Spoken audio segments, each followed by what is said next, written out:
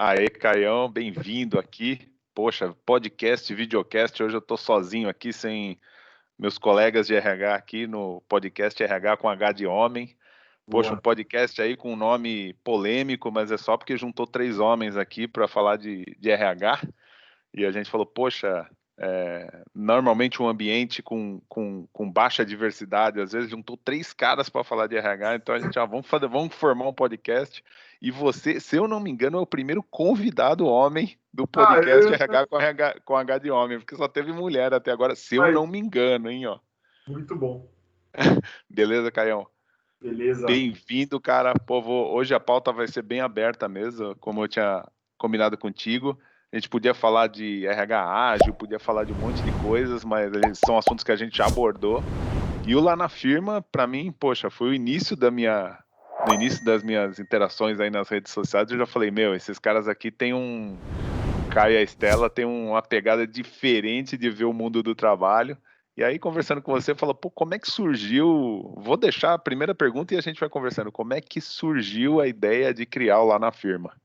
Show de bola. O Lá na Firma ele surgiu na transição, né? Na minha transição e da Estela aqui para Barcelona. A gente já tinha vontade de morar fora, de estudar fora. Há quase 2 anos atrás, transformação digital era uma palavra, né? Na verdade eram palavras que estavam invadindo os corredores, as copas das firmas e salas de reunião. Todo mundo falava de transformação digital e tal, mas ainda sem muito conceito, sem muito estudo, o mundo inteiro estava aprendendo o que era, o que de fato era essa transformação e tal. E aí nessa época a gente já queria, né, como eu falei, ir para fora e estudar. A gente falou, bom, vamos fazer um curso então de transformação digital, né? Escolhemos Barcelona, que você conhece bem. Oh, delícia. É uma cidade que tem praia, tem uma energia boa, né? Tem gente do mundo todo também. E tinha o curso que a gente queria, que era transformação digital, em 2 escolas diferentes, né? Então fui estudar em uma escola, a Estela foi estudar em outra. E aí antes de vir para cá a gente pensou, bom, e aí conversando com amigos assim do RH numa mesa de bar, né? A gente pensou, cara, tem tanta coisa que acontece nas empresas, nas organizações, né? Tantos dilemas que surgem sobre liderança, sobre equipes, sobre resultados, sobre negócios e tal, e que não são discutidos muitas vezes de uma forma muito aberta, né? Como é que a gente pode trazer esses temas e essas discussões de uma forma sem tanto filtro, né? De uma forma mais bem-humorada, de uma forma um pouco mais leve, né? E aí na conversa de bar, quem deu a ideia foi um colega nosso, obrigado, Murilo. E aí ele falou, cara, os dilemas lá da firma e tal. Esse lá na firma ficou exatamente com esse objetivo de trazer realidade, né? Realidade do mundo do trabalho. Então a gente queria muito unir a nossa experiência em gestão de pessoas, né, com que a gente estaria ali começando a estudar e aproveitar das redes sociais, do Instagram, do LinkedIn, para começar a criar uma comunidade de troca de conhecimentos, para começar a criar uma comunidade de interesse. E falar sobre o mundo do trabalho, né? Então, abordar assuntos de liderança, de cultura, de equipes, né? Falar sobre inovação, falar sobre o universo digital. E a gente começou a pincelar esses temas. Então, surgiu dessa maneira, com o objetivo de compartilhar conteúdo aí nas redes sociais.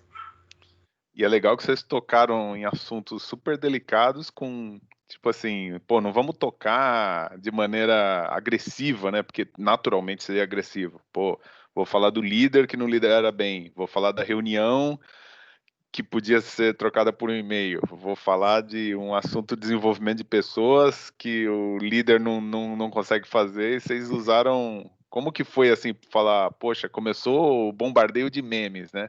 Como que Sim. foi usar os memes? Como é que foi a ideia, assim, falar, pô, vamos abordar dessa forma, e que teve um sucesso. Para mim, esse foi o sucesso Lá na Firma, cara. Sim, eu acho que o Lá na Firma teve alguns momentos, na verdade. Acho que teve um primeiro momento, que foi esse nosso de interesse de colocar conteúdo no ar, de escrever, né, de começar a utilizar as redes sociais para conteúdo sobre trabalho.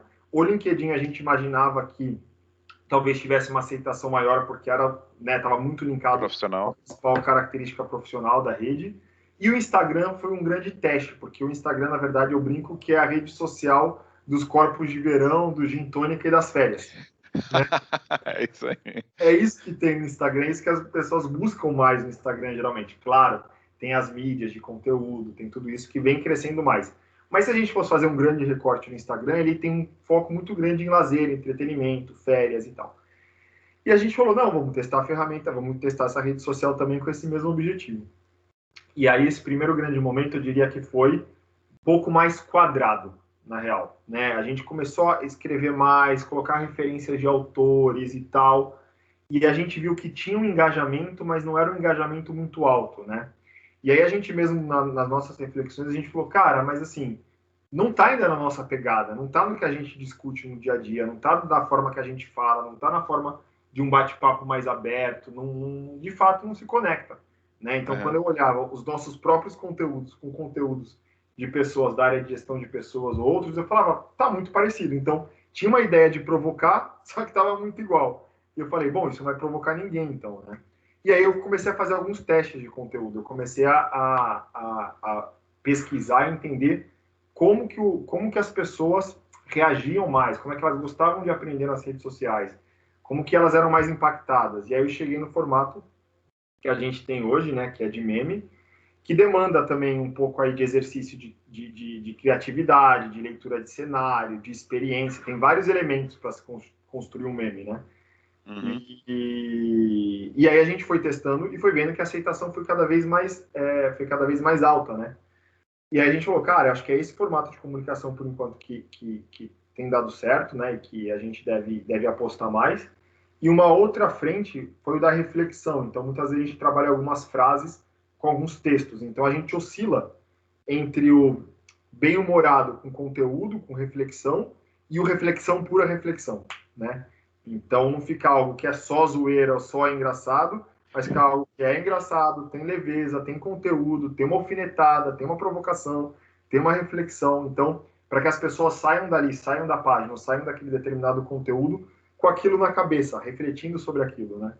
Eu te falo que eu vivi todos esses momentos aí, e você tá falando dos posts reflexivos, eu sei que são os posts negros lá, eles são os pretos lá, e realmente eu paro assim e falo, opa, lá na firma com um post tipo preto, fundo preto, assim, com um cara ali meditando, pensando. É esse mesmo. Eu falei, eu sei, cara. Eu falei, esse daqui tá tirando um pouco também só do humor, porque naturalmente ia levar para ser um deboche, né? Sim. Naturalmente as pessoas, vou seguir lá na firma porque, os caras falam uns negócios muito engraçados, mas não internaliza como uma realidade, vira só uma piada e aí não Exatamente. faria sentido nenhum, né? Exatamente. Aí foi aí que foi essa construção, assim, poxa, como é que a gente mostra para, né, para o nosso público que tem momentos, sim, de pura de criatividade, de descontração, e tem momentos também de reflexão, que você tem que repensar se o estilo de liderança, a cultura que você está inserido, a mudança que você quer fazer de carreira, como é que eu, né, atrelo esses dois universos, do muito engraçado com conceito e do puro conceito com mais reflexão. E aí foi tomando forma. Mas eu falo que rede social é um aprendizado, assim, porque não tem nada a ver com tecnologia. Rede social é pura sociologia, sabe? É você entender o que está acontecendo na sociedade, o que as pessoas estão discutindo hoje, o que acontece no nosso caso, né, que a gente fala sobre o mundo do trabalho. O que acontece nos corredores da firma ou nas reuniões e nas videoconferências agora das firmas, como isso impacta o ser humano e o que está faltando discutir, o que a gente deve discutir mais. E aí é nessa reflexão que a gente pensa sobre os conteúdos. Algo também que eu acho que é legal falar é que a gente tenta manter muito essa característica de autenticidade, assim. Então, não são conteúdos que a gente traz de uma Você SA, que a gente traz de uma Exame, de uma Infomani, por mais que, claro, esses veículos têm informações muito relevantes, mas ainda sinto ainda é quadradinho, ainda não tá no papo. É editorial, É muito editorial. jornalístico, aquela coisa. 4 dicas para você crescer, como lidar com home office em 7 passos. E a vida não é assim, né? A vida é diferente. Então, Você fez o growth hacking do lá na firma, fugindo do growth hacking das redes sociais. Acabei de ver o dilema das redes sociais no Netflix. Aliás, esse documentário vai bom. consumir o ano de 2020, eu acho. Porque não é possível, é o tipo da coisa que todo mundo vai ver. Sim. E você fez de uma forma orgânica, vocês fizeram lá na firma, o que a rede social faz. Quer dizer, vocês fizeram pensando no bem. A rede social, ela faz lá pensando em vender, né? Isso. E é muito legal também que eu pouco vi vocês vendendo, né? Uhum. Isso é muito legal, porque é uma consequência, é outro momento, né? É outro E, momento. e falando em vender, fala dos, como que você falou, poxa, como é que eu vou monetizar isso? Qual o serviço que a gente vai prestar lá na firma? Que vai acontecer? Porque trazer a reflexão, trazer à tona a discussão, parece que a gente está fazendo aquela reunião de design thinking, né? Pô, Uhum. vamos resolver um problema, legal. Só que até aí não monetizou nada. E como que você viu uma saída? Quais são as saídas por lá na firma ajudar uma empresa e a, a transformar aí os ganhos, tudo? Uhum. Legal. A gente foi, né, o surgimento do Lá na Firma, a divulgação de conteúdo, foi muito assim, feito com muita calma, entender o público que estava acompanhando a gente primeiro. E a gente tinha uma ideia assim de que o Lá na Firma virasse uma consultoria, mas a gente não tinha pressa, porque estava acontecendo com uma mudança muito grande, que era uma mudança de país, né? Então, o que aconteceu? De uma maneira muito natural, a gente foi vendo qual era a reação do nosso público. E o que o nosso público pedia em termos de conteúdo, o que o nosso público tinha de dores nas organizações. E aí a gente foi entendendo quais eram os serviços que a gente poderia oferecer, né? A grande virada de chave, eu acho que foi o Congresso de Recursos Humanos, foi o CONAR. Então, convidaram a gente, depois de 6 meses de lá na firma de produção de conteúdos, para dar uma palestra no Congresso de Recursos Humanos falando sobre transformação digital. E o tema era transformação digital é sobre pessoas. Então, a gente uniu tudo que estava acontecendo na sociedade, que a gente estava observando de grandes movimentos, de tecnologia, de movimentos sociais, e qual era o impacto que isso tinha nas pessoas, qual era o impacto que isso tinha nas organizações. E a partir daí a gente abriu uma porta para que as pessoas que não conheciam a gente também presencialmente pudessem conhecer através dessa palestra. E várias empresas entraram em contato com a gente para entender, poxa, o que vocês fazem, qual é a experiência que vocês têm. Então a gente gosta de explicar que lá na firma não tem serviços específicos de prateleira. O que a gente tem, na verdade, são algumas frentes de trabalho. Então a gente trabalha com projetos de employer branding, a gente trabalha com projetos de recrutamento e seleção de pessoas, a gente trabalha com treinamento e desenvolvimento, com projetos de cultura também, né? A gente trabalha com projetos de comunicação nas redes sociais. Então, são várias frentes de trabalho que giram em torno do universo de gestão de pessoas, comunicação e inovação, né? Estão relacionados com essas frentes. E aí, então, as pessoas que vêm falar com a gente nunca vêm procurando um produto, um serviço específico. Né? Elas conversam com a gente sempre trazendo um dilema, ou uma necessidade, ou uma mudança que elas querem fazer da organização. A partir daí, a gente entende qual que é o pilar de gestão de pessoas que a gente precisa trabalhar, ou quais são os pilares de gestão de pessoas que a gente precisa trabalhar, e se faz sentido trabalhar comunicação interna, comunicação externa, se faz sentido trabalhar comunicação nas redes sociais, então a gente vai misturando alguns blocos. E aí entrega uma solução mais completa. Então, geralmente é assim que funciona, né? Não tem nada muito de prateleira, é muito assim, qual que é a necessidade, qual que é o problema que a gente quer resolver, diante da nossa experiência e do que a gente tem estudado, como que a gente pode atender. Sim, eu vou duas perguntas agora finais para reflexão. Essas é aquela que você não estava preparado mesmo para receber. Perfeito. Primeiro, poxa, para mim, vocês são únicos. É igual aquele cantor que você ouve a voz assim, tipo Tim Maia. Começou a cantar, você fala Tim Maia. Aquele cara que você sabe. Então você vê lá na firma é único, não tem ninguém parecido. Eu já vejo alguns caras tipo tentando fazer algumas cópias já, assim, cópias não, mas pô, aproveitando ali o bom humor, e os mesmos memes, o esquema dos memes, tem o pessoal já utilizando, eu acho super válido assim. Sim. Se vocês são tão diferentes assim, tão únicos, como que o serviço de vocês ou a entrega de vocês também é única, para não cair no, legal, vou fazer um projeto de endomarketing, que isso é importante para vocês, e cair no mesmo projeto de endomarketing que qualquer um faria. Essa é a primeira, depois eu vou para a última. Legal. Eu acho que a parte do único aí, quando a gente vai entregar o serviço, está na autenticidade, né? A gente prefere perder o contrato do que fazer algo que a gente não quer fazer.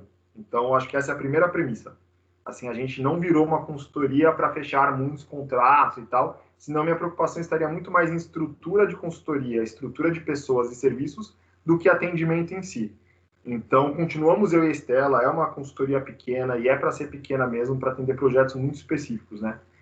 Então, eu acho que o primeiro ponto aí do diferente é a gente conseguir entender assim, cara, é para ser único. Então, se tiver algum momento que a gente precisa fazer uma provocação maior, né, para um gerente, para um executivo, numa reunião, num workshop, a gente quer ter esse espaço, a gente quer fazer, a gente quer trazer muito tom de inovação dos conteúdos que tem nos posts que a gente publica para dentro da realidade da empresa.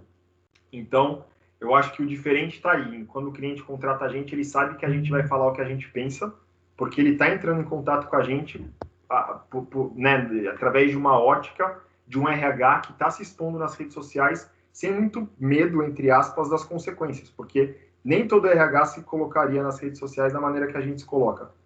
Falando da liderança, falando de orçamento, falando de equipe, falando de burocracia, claro, de uma forma muito respeitosa e leve, mas muitos não se colocariam dessa forma por N crenças, né? E a gente se coloca porque a gente acha que a mudança só surge no desconforto.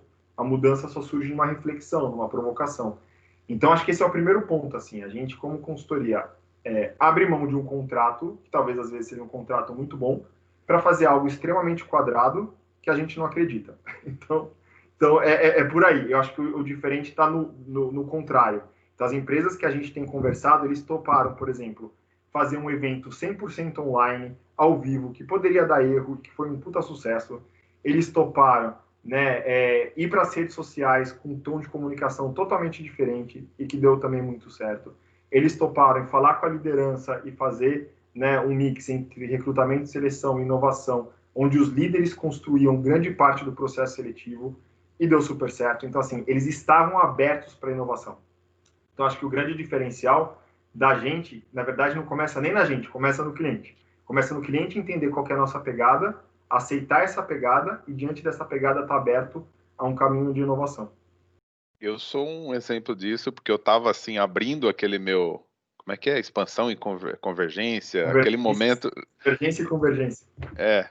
Tava na convergência ali, eu falei, pô, não sei, eu tô falando disso, daquilo, aí você veio e falou para mim, meu, foca em felicidade no trabalho, cara. Vou te falar, você é responsável por isso diretamente, porque eu tava ali, a work-life balance, esporte e tal, a saúde física e tal, você, meu, foca em felicidade no trabalho, e aí eu foquei e, pô, deu super certo ali, porque primeiro eu tava aberto a perguntar, você, para mim era uma opinião, por isso que eu acho que lá na firma é tremendo, porque é uma opinião, tipo, respeitada. Para mim é uma opinião de mercado hoje que, pô, o cara falar não vai falar abobrinha, não vai ficar só fazendo humor ou só falando o que todo mundo já fala. Nossa, o pior é aquele que fala o que todo mundo já fala. Sim. Do tipo, o home office, tivemos que implementar o home office agora às pressas. Pô, falar isso aí, meu, tá todo mundo vivendo, né? Mais do mesmo, né? Sim. E, antes então da pergunta final, já que você puxou um assunto, como é que foi o evento de tecnologia do lá na firma? Eu vi também, assim, focou muito em tecnologia, o que às vezes até me surpreendeu ali, né? Porque eu via lá na firma muito como comunicação, mudança organizacional, e de repente se trouxe vários caras falando de tecnologia, várias pessoas, né? Sim. Como é que foi o evento? Conta aí, como é que foi a ideia do evento e o resultado do evento? Foi um desafio, porque assim, a gente queria. Primeiro que a gente estava olhando o mercado e falando o que está acontecendo diante desse Covid, né? Para os RHs, para as empresas, o que muda e o que talvez não muda, né? Essa foi uma das perguntas, foram algumas perguntas que a gente fez. Uma das coisas que a gente começou a perceber que não estava mudando tanto era o interesse por profissionais de tecnologia, inovação e digital. Até porque com o Covid a questão tecnológica foi exponencial. Então, tanto de trabalho remoto, mas de novas tecnologias. Então, a adoção a novas tecnologias ela seria maior. E se a adoção a novas tecnologias é maior, com certeza as empresas continuarão contratando profissionais de tecnologia, que já vinham contratando. E a gente falou, bom, então o mercado ele continua caminhando e talvez caminhe mais forte para esses profissionais de tecnologia.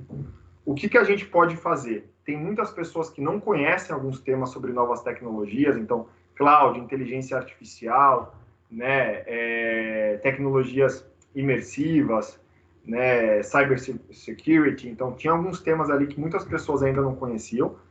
E a gente queria também trazer um pouco mais de contexto sobre o que as empresas esperavam desse profissional de tecnologia, que aí a gente está falando de marca empregadora. Então, como é que é trabalhar na Cielo? Como é que é trabalhar na HBC Zambeg? Como é que é trabalhar no Banco BV? Né? Então, como é que a gente abre esse canal de conversa onde a gente tenha conteúdo relevante de tecnologia, a gente tem informações sobre vagas, perfil e mercado de trabalho, né? E a gente tem as empresas ali com portas abertas contando o que elas fazem, como que é trabalhar com elas, né? E além disso, como é que a gente conecta todos esses agentes? Então, professores, né, executivos, talentos, né, polos de tecnologia e inovação. Como é que eu conecto todos esses agentes que fazem a evolução tecnológica acontecer? Então, surgiu de uma reflexão do que não mudaria ou talvez potencializaria no mercado com relação ao contexto que a gente está vivendo. E daí foi pensar quais são os conteúdos, quais são os temas relevantes para todos que fazem parte desse ecossistema e o que cada agente ganha com isso, né? Então, a empresa que topa participar de um evento desse, claro, ela está ganhando exposição, ela está conseguindo, né, trazer mais informações sobre a sua área, sobre os seus desafios, ela está se conectando com um ecossistema de universidades, de polos de tecnologia, então ela está se inserindo cada vez mais nesse ambiente. Os professores também, né? Então eles estão muito no universo acadêmico. Como que é participar com empresas, com, né, profissionais da área? Então surgiu daí da ideia de ser de fato um hub de conteúdo, de vagas, né? E de promoção aí de conhecimento. E aí para a gente foi uma experiência muito legal, porque por mais que a gente tenha estudado transformação digital, não é tecnologia pura, né? A gente tem um pilar da transformação digital que é tecnologia, mas a gente não estuda o código, a programação, né? A gente acaba tendo uma visão muito mais geral. E conversar com pessoas, né, que mostraram para a gente, por exemplo, como é que funciona um software de inteligência artificial, de palavras-chave, como isso funciona em nuvem. Cara, por que isso está mudando? Para mim foi assim, eu falo que, fiz pós-graduação nisso, naquilo, e eu diria que eu fiz na Semana Tech. Porque para mim foi uma escola, né? Então passei por cloud, por cybersecurity, passei por tecnologia imersiva aplicada à educação, passei por cultura tech, passei sobre tecnologia por trás de um processo, né, da maior cervejaria da América Latina. E eu falei, cara, fiz um evento, né, que foi para a galera, foi para o pessoal e teve vários impactos. E no final do dia eu também acabei fazendo um master. Aprendeu pra caramba. Aprendi pra caramba em tecnologia e tal. Claro que eu tô brincando aqui, tem muita coisa para aprender. Mas assim, pô, foi super interessante. E foi o primeiro, né? Então, acho que é um pouco de ampliar. A gente fala tanto de inovação, né? E a gente não quer estar preso nessa questão de o RH, ou né, o pessoal de comunicação, ou o pessoal de inovação. Não, cara, tudo está tão misturado hoje em dia que tecnologia permeia tudo. Eu não posso isolar a tecnologia e falar de outros temas, né? Então, foi super interessante, porque no final virou algo que envolveu negócios, pessoas e tecnologia. Cara, você fala eu cada vez acredito mais nesse tipo de aprendizado. Cada vez acredito mais nesse tipo de, poxa, vou aprender com o LinkedIn, com um evento de conteúdo rico igual foi, assim. Então, acredito muito nisso. A minha própria formação veio toda online aí, infelicidade no trabalho e tudo. E assim, aprendia e punha em prática. Aprendia e punha em prática. E acho que lá na firma tem muito essa pegada também do call to action, Sim. de pôr em prática a própria reflexão do dia a dia. Exatamente. Poxa, caminhando para o final aí, vou fazer a pergunta. Como que você e a Estela, assim, se complementam? Porque a Estela tem uma pegada filosófica lá, assim, às vezes eu vejo uns posts dela e falo, caramba, a Estela ela mesmo foge, assim, né, parece que tá caindo num poço da filosofia, assim, e você, como que vocês se complementam e falam, poxa, até aqui esse tipo de coisa sou eu, esse tipo de coisa é a Estela, e eu lá na firma acabou tendo esse blend aí. Legal. Eu acho que a gente tem, assim, falando da parte de RH, a gente vem de uma experiência diferente, né? Eu venho de uma construção na área de gestão de pessoas muito focada em áreas especialistas.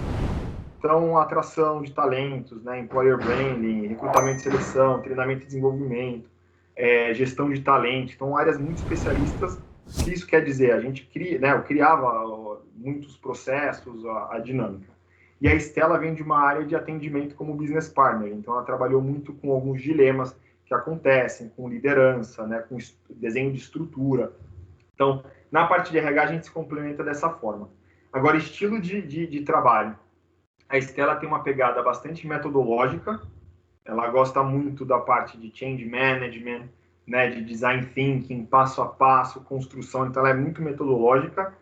e reflexiva, então ela faz muitas perguntas abertas, ela vai abrindo cada vez mais gavetas de perguntas abertas, que é muito legal. Sabe que você abre aquelas carpetas assim na internet, aqui, Sim.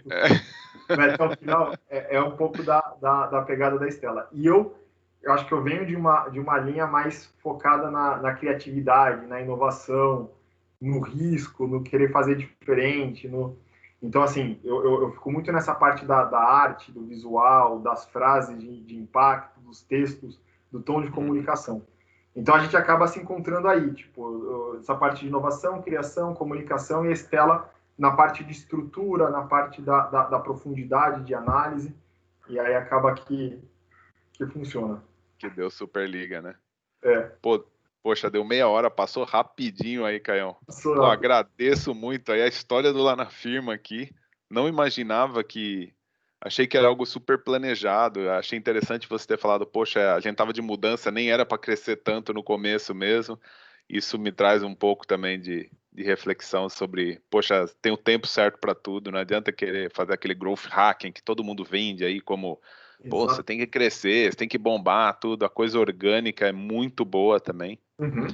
E deixo aí para você palavras finais aí do cofundador aí do Lá na Firma aí, deixa aí seu recado final e a gente já vai encerrando aqui esse podcast e videocast aqui. Vamos lá. Eu vou te falar que o orgânico é muito bom, viu? Porque o orgânico, de fato, as pessoas elas vêm te acompanhar, elas vêm te seguir, elas vêm conversar com você porque elas querem muito.